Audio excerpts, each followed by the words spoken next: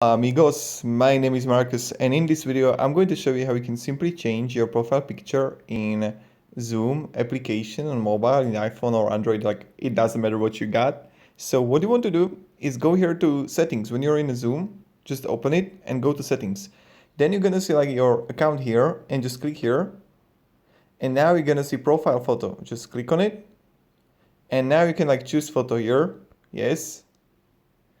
And I don't know, like, I hope I don't have something bad here.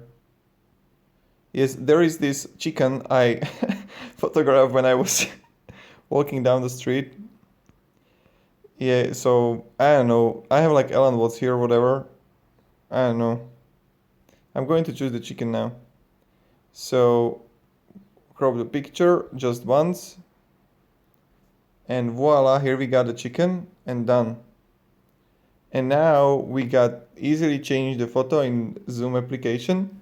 Thank you very much everybody for watching. If you have any questions, guys, ask me down in the comments. And have a great day and goodbye.